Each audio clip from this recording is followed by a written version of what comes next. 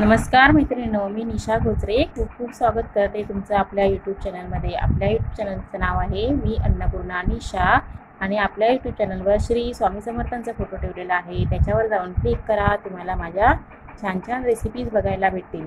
तर मैत्रिणींनो, मी आज बनवत आहे वालाचं बिरडं। तर हे वाल आहेत बघा, हे मी एक दिवस भिजवले आणि रात्री एक दिवस पूर्ण सकाळी पाण्यात टाकले आणि भिजवून घेतले आणि रात्री मी याच्यातलं पाणी काढून टाकलं आणि आता सकाळी बघितलं झाकण काढून, तर हे बघा एवढं ह्याला मोड आले आहेत। तर हे मोड एवढे बस झाले आहेत आपल्याला। मग ह्याची भाजी आपल्याला आज करायची आहे। तर भाजी करायच्या अगोदर काय करायचं, हे सालं काढून घ्यायची असतात। ही बघा, ही सालं आहेत ना, ती काढून घ्यायची। तर ह्या सालं काढण्यासाठी पटकन आणि झटकन सालं येण्यासाठी काय करायचं, आपण थोडंसं कोमट पाणी करून घ्यायचं आणि ते टाकायचं, मग लगेच सालं येतात। किंवा तुम्हाला जर वेळ असेल, आपल्याला भाजी संध्याकाळी किंवा रात्री करायची आहे, तर आता हे 2 ते 3 तास थंड पाण्यामध्ये भिजत ठेवायचे। पाणी टाकून ठेवायचं, वालाच्या वरती येईल ना एवढं पाणी टाकून ठेवायचं। आपोआप ही सालं फुगून राहतील आणि पटकन अशी मग हात लावलं ना की लगेच सालं याची निघून येतात। सालं का काढायची असतात, कधी कधी हे वाल आहेत ना, ह्या डाळीमध्ये ना आतमध्ये भुंगा लागलेला असतो आणि ती खराब असतात, म्हणजे खाताना आपल्याला बरोबर लागत नाही। हे बघा, ह्याची सालं आता येत नाहीये। तर म्हणून मी सांगते तुम्हाला, ही जर सालं काढायची असतील तर 2 तास थंड पाण्यामध्ये ठेवा पहिले सालं काढायच्या अगोदर, किंवा जर पटकन काढायची असेल तर कोमट पाणी करा आणि ह्याच्यात टाका आणि 10 ते 15 मिनिटांनंतर सालं काढायला घ्या। तर मी आता ह्याच्यामध्ये पाणी टाकून ठेवते थंड, कारण मला ही रात्रीसाठी भाजी हवी आहे।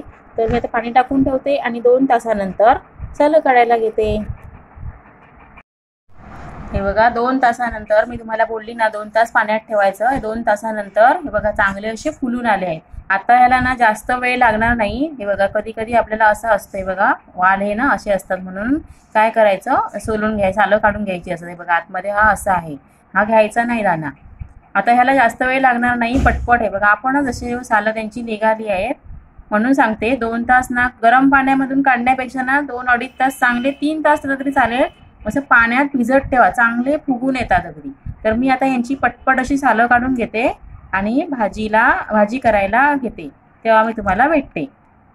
कारण आता ही बघा टरफलं पूर्ण काढून झाली आहे। अर्धा तास तरी लागला मला, मी दोघींनी आम्ही साफ केलं तरी पण हिला अर्धा तास लागला। ही बघा छान अशी टरफलं काढून झाली आहे। तर आता मी फोडणीची तयारी केली आहे। भाजी फोडणीला टाकायची आहे। एक बटाटा घेतलाय मी टाकण्यासाठी भाजीमध्ये, एक कांदा आहे, एक टोमॅटो आणि हा कढीपत्ता। तर आता मी कढई तापत ठेवली आहे, कढईमध्ये तेल टाकून घेते, कारण उशीर होईल करायला, पटपट करून घेते मी। तुमच्या बरोबर ही झटपट अशी रेसिपी मी शेअर करते आहे। आणि ही भाजी थोडी झणझणीत तिखट अशी व्हायला पाहिजे। हा, तुम्ही म्हणाल गरमीच्या सीझन मध्ये तिखट कशाला, पण सध्या पालेभाज्या पण खूप कमी येत आहेत, कोणती भाजी करायची हे समजत नाही, म्हणून मी हे म्हटलं वालाचं बिरडं आपण आज करूया आणि ते शेअर करूया तुमच्यासोबत। तर आता तेल बघा गरम झालं ना की आपल्याला टाकायचं आहे पहिला कांदा।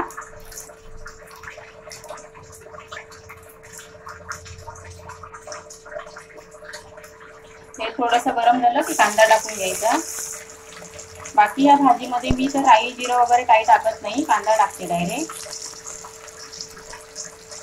कांदा थोडा नरम झाला की लगेच टोमॅटो टाकून घ्यायचा आहे। मी टोमॅटो टाकून घेतला आहे बघा, कांदा लाल झाला ना तोपर्यंत मी आता टोमॅटो टाकला आहे। टोमॅटो टाकला, टोमॅटो थोडा सॉफ्ट झाला की टाकायचा हिंग। आपल्याला ह्या भाजीला थोडा हिंग वापरायचा, कारण कढीपत्ता पण थोडा टाकला आहे बघा। आता थोडा हिंग टाकून त्याला, कांदा आपला नरम होत आहे ना टोमॅटो वगैरे, तोपर्यंत थोडीशी हळद टाकून घ्यायची। 1 चमचा मी हळद टाकते।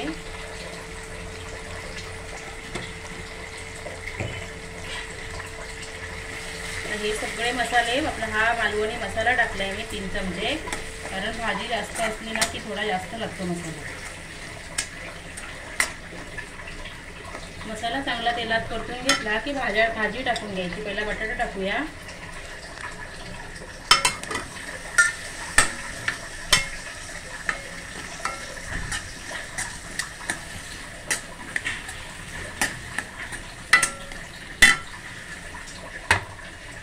आता आपले हे वाल आहेत ते टाकून घ्यायचे.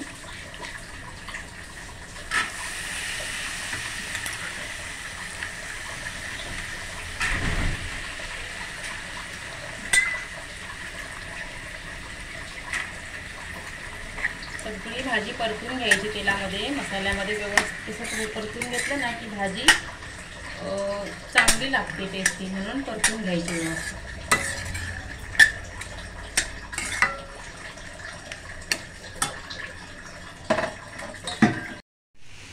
बघा थोडीशी मी गरम मसाल्याची पावडर टाकते. हे आहे माझ्याकडे किचन किंग मसाला, तो टाकते मी, कारण ह्या भाजीला थोडं तिखटपणा लागतो. आता हे सगळं झालं ना की पाणी टाकून घ्यायचं. नंतर मीठ टाकूया पहिलं चवीप्रमाणे मी मीठ टाकते. तुमच्याकडे जशी भाजी असेल तसं तुम्ही मीठ टाका. आता आपल्याला पाणी टाकून घ्यायचं.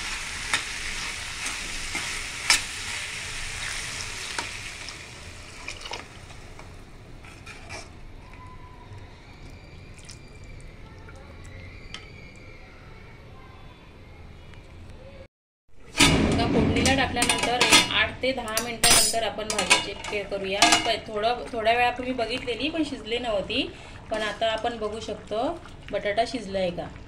हा बघा बटाटा व्यवस्थित शिजला आहे, म्हणजे हे आपले पावटे पण जे वाल आहेत ना ते पण चांगले शिजले असतील. बघा, आणि जर जास्त शिजवले तर एकदम ते नरम होऊन जातात. मग आता आपण काय करायचं, ही भाजी कुकरमध्ये पण करू शकतो आपण, पण कुकरने काय होतं, कुकरमध्ये ना लगेच शिजते भाजी आणि एकदम पिठी लगदा होतो त्या भाजीचा, म्हणून मी कुकरमध्ये नाही लावत. आता आपल्याला ना ह्या भाजीमध्ये, हा भाजीचा प्रकार आहे, वाल आहेत ना ते उग्र असतात, म्हणून ह्याच्यामध्ये आपण कोकम टाकायचं आहे. बघा, तुम्ही तुमच्याकडे चिंच असेल तर पण टाकू शकता, पण चिंच कशी थोडीशी गोड लागते, म्हणून चिंच नाही, आम्ही नाही वापरत, आम्ही कोकमच वापरतो. हे बघा, आता आपल्याला हे झालं की लगेच ना कांदा खोबऱ्याचं वाटण लावून घ्यायचं आहे. हे बघा, हे कांदा खोबऱ्याचं वाटण आहे ना ते मी आता मिक्सरला लावून घेते आणि आपल्याला भाजीमध्ये टाकायचं आहे. मिक्सर लावून घेते मी आणि दाखवते तुम्हाला कशी भाजी होती. हे बघा, आता कोकम वगैरे व्यवस्थित लागला आहे. आता आपल्याला वाटून घेतलेलं वाटण टाकायचं आहे. जेवढं पाहिजे तेवढं तुम्ही टाकू शकता.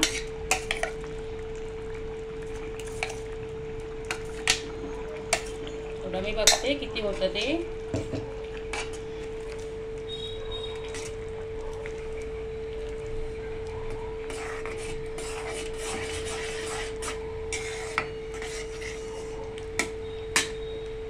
हे बघा, हे एवढं वाटण आपल्याला आता बस झालं आहे. बघा, भाजीला कलर पण, रंग पण छान आला आहे. भाजी चवीला पण खूप छान लागते. ही वाटण्याची वगैरे उसळ करतो ना तशीच ही भाजी लागते. बघा,